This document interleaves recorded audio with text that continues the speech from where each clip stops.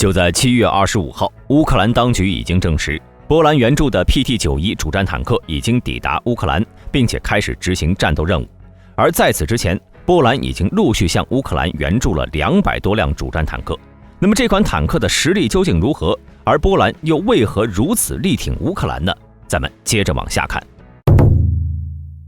目前俄乌战争已经爆发了150多天了。继7月5号俄罗斯中部军队占领了北顿涅茨克之后，双方的军队呢也开始转入休整时间，只是偶尔在接触线上有轻微的小规模行动。但到了最近几天，随着俄罗斯的部队休整接近尾声，俄罗斯军队也重新开始在各个战线上活跃起来了。相比于俄罗斯这边的调兵遣将，乌克兰呢也没有闲着，很快就又收到了一批北约的武器装备，例如德国援助的3辆 M270 火箭炮和3门猎豹自行高炮，而英国的36门105毫米榴弹炮也已经到货了。不过其中最让乌克兰感动的还是波兰兄弟。就在前几天，乌克兰总统办公室主任发文称 PT-91坦克已经到达乌克兰了，感谢我的波兰朋友。而之前也已经有人拍到一列波兰列车拉着30多台 PT-91型主战坦克从波兰方向开往乌克兰。接下来咱们来了解一下这款坦克的性能。PT-91型坦克是一种波兰制的主战坦克，它是由 T72M1 型改进而来的，最早于1995年服役。相较于 T72坦克， PT-91呢是加装了一套新型双轴稳定火控系统，反应装甲、一台动力更强的发动机，以及传动系统和新型自动装弹机。并且和其他的 T72改进型不同的是，波兰使用的 PT-91在升级中所使用的部件几乎都是由本国企业制造的，而这些部件中呢，也有许多被用于其他国家升级其现有的 T72坦克，例如捷克的 T72M4CZ、印度的 T72MK2 等。在防御上， PT-91的车身和炮塔上覆盖了大量的爆炸反应装甲，全套装甲模块共有394块，总面积达到9平方米，其中炮塔部位为108块艾瓦拉2双层模块，118块保护车体，位于侧裙板两侧的反破甲弹防护幕上，各有84块装甲块。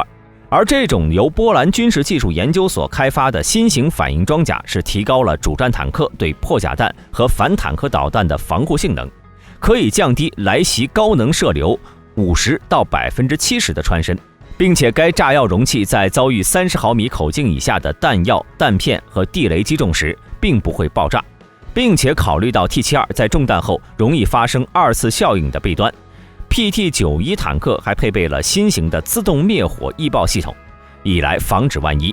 而和苏制的 T72相比呢，波兰的装甲块容器几乎可以无间隙地安装就位，而苏联改装后的 T72则还需要留出10到15厘米的缝隙，这就会显著地降低其防护效能。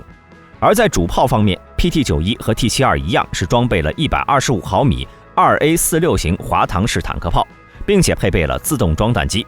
这使得其射速可以达到每分钟8到10发。在轻武器方面，该坦克还装备了 7.62毫米 PKT 同轴通用机枪和 12.7毫米 NSVT 高射机枪，并且呢还有一套发烟设备以及24支榴弹发射器。在火控系统方面，由于 T72坦克火控系统性能较差，特别是夜战能力这方面，因此呢作为 T72的改进型，波兰工程师也为 PT-91换装了自行研制的德拉瓦 T 型数字化火控系统，这也使得 PT-91有了脱胎换骨的效果。该火控系统由气象传感器以及被动式炮长热成像瞄准镜等组成。后续批量生产的 PT-91坦克还加装了性能更为先进的气象传感器、新型微光夜视仪，并且还在车长指挥塔上装配了瞄准线稳定的全景式潜望镜，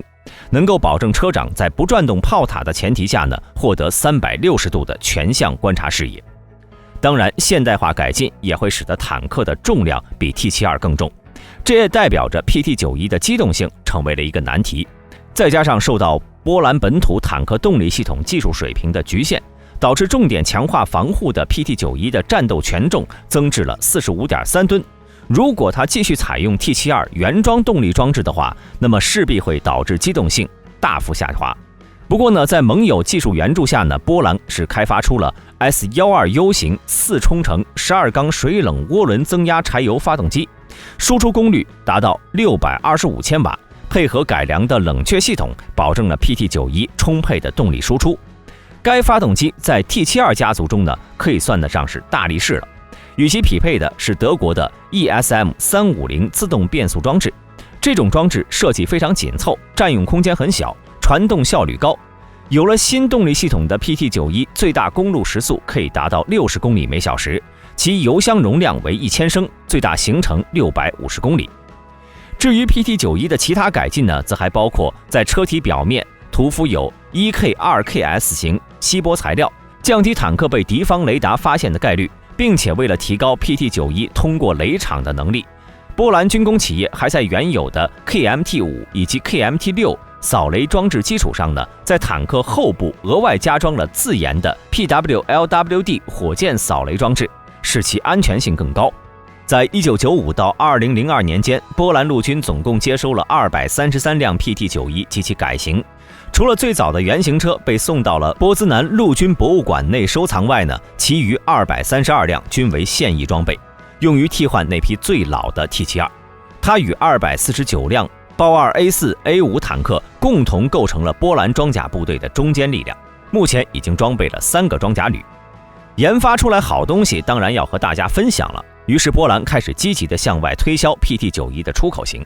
可惜成绩并不理想。仅有马来西亚在2007年是订购了48辆 PT91M 型。不过波兰也没有灰心，它的军工部门呢，以 PT91 为基础推出了多种的变形车。例如之前援助乌克兰的蝎式155毫米自行火炮就采用了 PT91 的动力系统和部分行走机构。总的来说呢， PT91 坦克无疑代表了目前波兰坦克工业的最高水平了。不过由于其基础还是上世纪70年代的 T72， 这让它的上升空间是有限，无论怎么改进也无法弥补与现代一流坦克的差距。这也就是波兰要从德国进口豹2坦克的原因。再加上波兰还向美国订购了250辆 M1 主战坦克，现有的 PT91 往后呢也即将沦为2线或者是3线装备。但是随着这次俄乌战争的爆发，正好也让波兰腾出手来援助邻居乌克兰。那么为什么波兰兄弟对自家的邻居那么上心呢？其实在这一块是波兰政府从冷战结束以来一贯的外交重心，这里就不得不提一下大名鼎鼎的盖德罗艾茨主义。它是由波兰流亡政治家耶日盖德罗艾茨和尤里乌斯米罗茨维奇共同阐述了未来的波兰应该如何对待乌克兰、白俄罗斯、立陶宛这些邻居。这思想呢是诞生于20世纪前半叶。盖德罗艾茨预测了苏联的解体，并且认为波兰未来一定会成为独立的主权国家，而支持乌克兰等国的独立和利益也是保障波兰未来主权的关键。因此波兰的目标一直都十分明确，一方面交好乌克兰等邻居，共同压制俄罗斯的威胁，另一方面通过放弃了对历史领土的野心，让乌克兰获得了极大的安全感。而在2014年的克里米亚事件发生时呢，波兰第一时间站出来指责俄罗斯的做法，并且拒绝接受俄罗斯单方面宣布合并克里米亚的决定，随即同其他盟友一起对俄罗斯实施经济制裁。而在克里米亚事件后，波兰还是第一个向乌克兰提供军事援助的国家，在2014年的时候就为乌克兰提供了紧缺的防弹衣和弹药设备，并在之后的数年中陆续为乌克兰提供了总计540万美元的军事技术援助，数量是仅次于美国和加拿大。再到2020年7月，波兰、乌克兰以及立陶宛3国成立了卢布林三角联盟，着重强调3国之间安全合作的重要性，并用大量篇幅表达了对乌克兰主权领土完整的支持。就连欧盟领导人何塞·伯雷利都认为，波兰和乌克兰的关系要比其他欧盟成员国的关系更加亲近。而在这次俄乌战争中，波兰率先接纳乌克兰难民，并且派出莫拉维茨基总理访问被俄军兵临城下的基辅。在基辅解围之后呢，杜达总统也亲自过来慰问，毕竟两者都有着相同的遭遇，都曾经遭受过俄罗斯的入侵，因此波兰才会在俄乌战争中帮助乌克兰。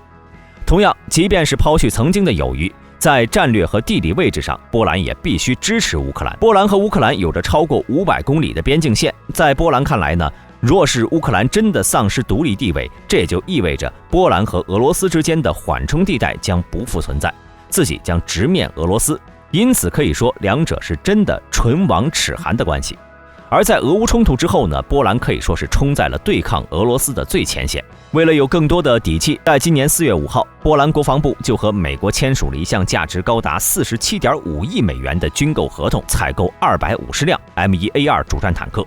并且波兰也在北约盟友的帮助下扩军12万，并且批准北约更多的爱国者反导系统部署到其境内。毕竟波兰对于俄罗斯的恐惧，想必大家也都清楚。目前波兰对俄罗斯的军事对比也仍有差距，如果乌克兰彻底被俄罗斯控制，往后波兰的日子也不会好过。即便是已经加入北约，但真到了和俄罗斯打擂台的那天，损失最大的还是自家人。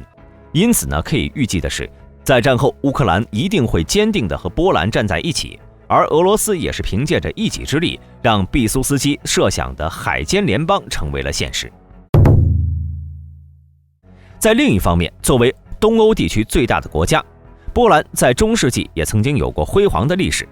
曾经先后击败了日耳曼条顿骑士团、奥斯曼帝国和莫斯科大公国，普鲁士也曾经对其俯首称臣，因此曾经享有的民族辉煌，至今也让一部分波兰人有着大国雄心。而相继加入北约欧盟之后呢，波兰的地区大国抱负更加凸显。在2015年，波兰就联合克罗地亚发起了连接波罗的海、黑海和亚得里亚海的3海倡议，覆盖范围包括奥地利、保加利亚、捷克等12个国家。该计划的主旨呢是推动地区基础设施发展，创建一个共同的市场。再加上最近波兰与美国不断升温的关系，它也成为了美国最坚定的支持者之一。不仅允许美国在波兰部署反导系统，还频繁和其进行联合军演。在这次俄乌战争的大背景下，也让波兰和美国再次有了接近的动力。今年3月25号，拜登在访问波兰时，与波兰总统热情拥抱，并且亲切地称其为兄弟。而除了联合盟友之外呢，波兰对自身的军事实力也一直在稳步提升。除了向美国军购 M1 坦克之外，最近波兰再次和韩国签下了100多亿美元的大单，大量的 K2 主战坦克和 K9 自行火炮等装备，也即将成为波兰对抗俄罗斯最有力的武器。接下来呢，我们来看一下各国对于乌克兰的军事援助物资的排行榜。